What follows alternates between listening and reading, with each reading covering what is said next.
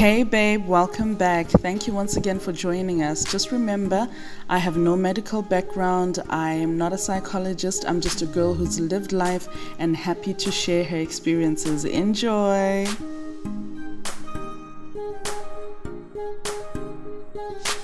Hey babe, how you doing? Welcome back. I'm back. Skipped 1 week and it was necessary. I needed it, but I am grateful for the siesta that I had. I hope you're well. I hope your family is well. I hope your week was excellent. I hope you are looking forward to great things in the coming week and that God is triumphing on your behalf. I am Thembie from I Think I Write, I Think I Pray, and I Think I Read. And we've been going through a series called Begin Again. And sometimes it doesn't look like it because we're talking about things like, dealing with issues that are very, very dark and painful, like sexual abuse and depression and things like that. But I've always believed and I've always known, and it is a fact, that if you're going to build a tall building, you're going to have to go down. The foundation is going to be very deep. And so we're digging down.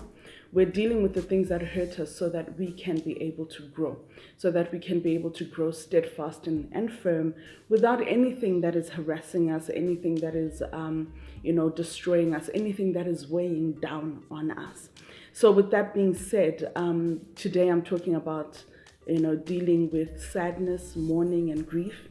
And I am talking about this because most times we carry these things for years, sometimes for decades, sometimes not dealing with them to a point where they begin to mount up, and one day, before you know it, it has become this unsurmountable load on your shoulders, and you're not able to walk another day, and you won't understand why, and the people around you won't understand why, and eventually we'll find ourselves slightly crucified because the world will think we're acting up, when in actual fact we're just handling issues we should have handled decades ago. So I'm going to use colloquial definitions, and then I'm going to go into an article that I wrote about a year or two ago. I can't even remember. I think it was a year ago. It's on my WordPress page, and I'll put the link, in the description. But talking about sadness, talking about mourning, talking about grief is really talking about things that we cannot control. Like we do not ask for them to come into our lives. They just tend to rock up. They rock up in simple disappointments, like things you couldn't get done today. They rock up in simple disappointments, like you woke up and you got the news that so-and-so had passed on. They rock up in the simple activities of, oh, so-and-so doesn't want to date me anymore, they've broken up with me, or I'm getting a divorce, or my child is sick. They mount up and they come to us unexpectedly, and we can't do anything about them. We can't control them. We can't put them, we can't schedule them in, we can't pencil them in. And when they come, they kind of hit us, sometimes like a ton of bricks. Sometimes we can handle it. Sometimes it's like, okay, well, kumsi kumsa, what could I do about it anyway? And so they come through to us, they break us, they hurt us. Some of them pass within a few moments. Some of them take a few days to get over. Some of them take weeks and months, and others years. And it's that varying time frame that can be unkind to a person who's used to being in control. But there is a way to handle it. There is a way to handle our disappointments, our pains, our stresses, our heartbreaks, and the issues that hit up against us. COVID-19 came in 2020 and destroyed a lot of hopes and a lot of dreams. It set aside a lot of plans. Lots of weddings were cancelled. Lots of planned engagements were cancelled. Lots of businesses that were meant to be opened, thriving. Lots of businesses that were meant to go to this next level. Lots of families that were meant to purchase certain things now couldn't do it. And it came with lots of sadness, disappointment, pain, sometimes mourning because we lost people we didn't expect to lose. I lost a brother. I remember my first instance with it wasn't even with my brother because he was this year. But last year, I lost a friend and her sister 2 days apart. And it didn't make sense. It did bring a sense of mourning, a sense of grief into my life that I didn't know how to handle because it was sudden. It was just, I just felt bombarded by life. There were people around us that would tell you, oh, I've been diagnosed or with COVID-19 and I'm feeling this. And you'd carry all those and not realize that you were going through a sense of sadness, mourning, grieving during those times. And I know a lot of people that actually went through that. People lost their jobs. People moved from working in offices and moved to working from home, which in itself can be a strain. People moved from, being able to move around, do whatever they wanted with their time, to being locked in, locked down. And for some people, that freedom being taken away from you will make you sad, will put you in a place of mourning, will put you in a place of grieving. And I just wanted us to walk through the process of how do you handle it, even if it's in 2 seconds or in 2 minutes or in 2 days or in 2 hours or however long it will take you. How do we handle the process of feeling sad, the process of having to mourn through a heartbreak, the process of having to grieve through something that disappointed you? Now, I'm going to really take out the points from, the article that I wrote. And that article was Disappointed by God. I had written one in December, and I think I wrote this one in February or in January.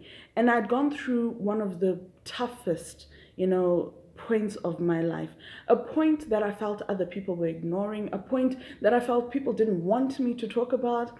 Up to now, when I mention the fact that I'm, separated and single, I have people that give me a backlash, like, don't say that. People don't know that. So why are you saying that? It's my fight. It's my disappointment. It's my hurt. It's my, I thought it was forever and now it's broken, moment. And so when I wrote this article, it had just happened. And I was going through counseling and I was going through therapy and I was going through, the whole process of grieving. And one of the things I learned was that in grieving, at the end of the day, it's not a one-time cycle. When we go through our mourning processes, they're not one-time cycles. And I want you to get that right. It doesn't matter whether you lost your job or you lost a relationship or you lost a child or you lost, a certain thing that you held dear in your life. You're not going to grieve over it once. It's a number of cycles. The thing that you have to understand is that those cycles will get shorter and shorter and better, and you will get stronger. You will actually begin to realize that you're not crying as long. You'll begin to realize that you're not down in the doldrums as long. You'll begin to realize, if done right, if done correctly, and I need to correct that, not done correctly. If you allow yourself to go through the process, if you allow yourself to go through the motions, each time the cycle repeats itself, it will be shorter, it will be easier to handle, and you will find yourself flourishing all the more because you are stronger, you're wiser, you're better, like the song says. So the first thing you're going to find you need to acknowledge and accept is the sense of betrayal. You feel betrayed. It could be you feel betrayed by God for allowing it to happen, or you feel betrayed by a person, or you feel betrayed by a thing, or you feel betrayed by yourself. Maybe it's a decision that you made, but you need to acknowledge that you feel betrayed. Now, so many people will say, how dare you say God betrayed you? Yeah, I can actually go to him and say, Lord, I feel betrayed because I trusted in you. I put all my hope in you, and suddenly this is not working out. You said you would ensure that my steps are ordered by you. My steps are not working right now. So I feel betrayed by you. You can go to a person, whether in their face or virtually, and say, I feel betrayed by the way you handled me, the way you handled things. I feel betrayed by the way you spoke to me. I feel betrayed by the way you did whatever it is that you did. And you are allowed to do that. I'll acknowledge the fact that you feel betrayed. Look at yourself in the mirror and say, I feel betrayed by you, Thembie. Thembie, you betrayed me. You betrayed me by believing in this, by trusting in this, by walking in this, by allowing this. And that acknowledgement of betrayal will allow you to focus on the area that needs to be healed. I'm healing my relationship with God. I'm healing my relationship with my so-and-so, my mother, my daughter, my child, my parent, my partner. I'm healing my relationship with myself because I feel like this is what betrayed me. Acknowledging it will allow you to be able to focus your energies on fixing that thing. If you don't focus your energies on fixing it, it won't get fixed. It will be put away in a sack, and in that sack it will fester, and in that sack it will grow. And after a while, it will end up where we are going to be talking about next week, which is in disappointment, which is in depression and anxiety. And we don't want you to get there. So we start the process of grieving. We start the process of mourning by acknowledging betrayal. The second thing we acknowledge is anger. I'm angry. I don't like it. I hate it.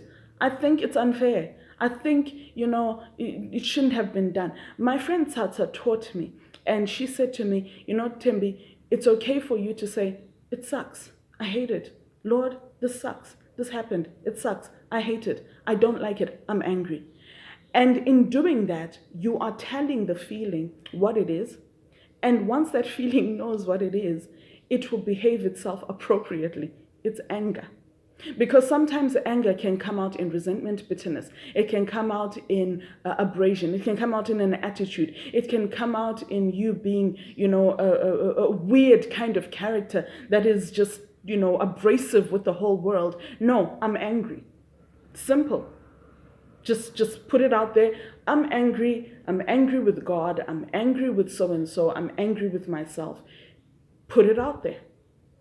There was a time when I needed to acknowledge I was angry with my dad for dying. You died, you left me. I'm angry with you.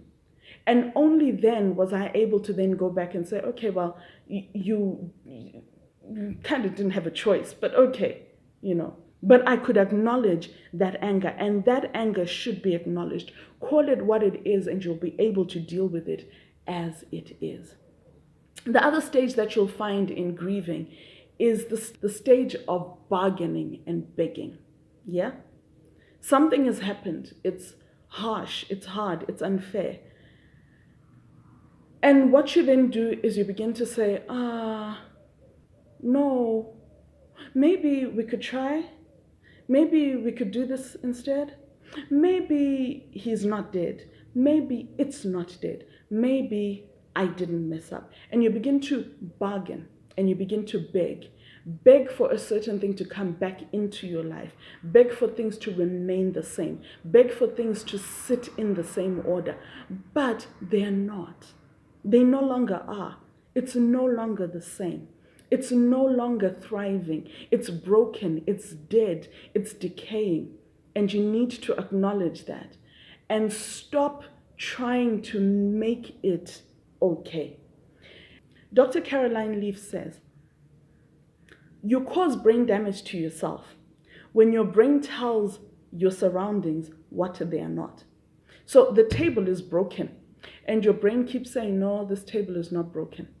Or your words keep saying, this table is not broken.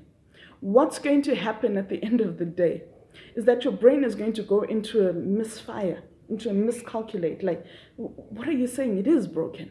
So in begging and in bargaining, you are trying to tell yourself that the situation is not what it is, but in actual fact it is.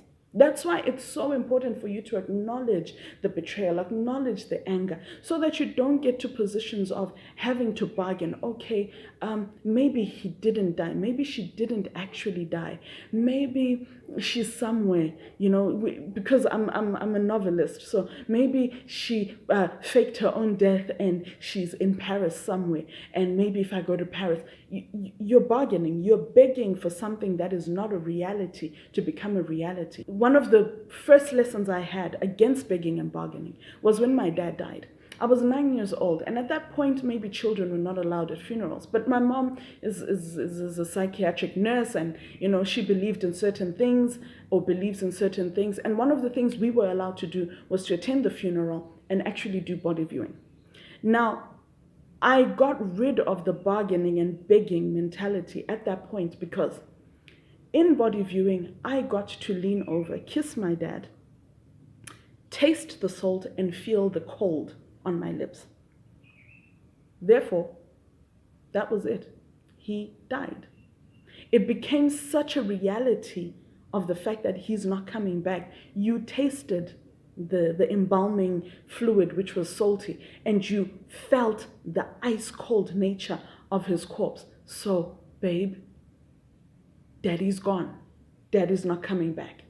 So I couldn't then go back to God, even in prayer, and say, no, he didn't die. The reality was, I couldn't change it. And bargaining and begging is sometimes one of the things that slows down the process of healing as we go through grieving, because we stick to it for way longer than we need to, because we are trying to bring back a situation that has no way of coming back to what it was. A fourth thing is despair and depression. You are going to go through a sense of depression and a sense of despair, a sense of kuphelile, a sense of, as Isaiah would say, woe is me, for I am undone. And that's okay. You should allow yourself to go through that. You should allow yourself to say, for a minute, for a day, for a week. If you've lost someone and buried them, allow that moment when you cry inconsolably. Allow that moment when you cry and put your head between your knees, and allow yourself to feel a sense of hopelessness. Because it's in that letting go where you end up going,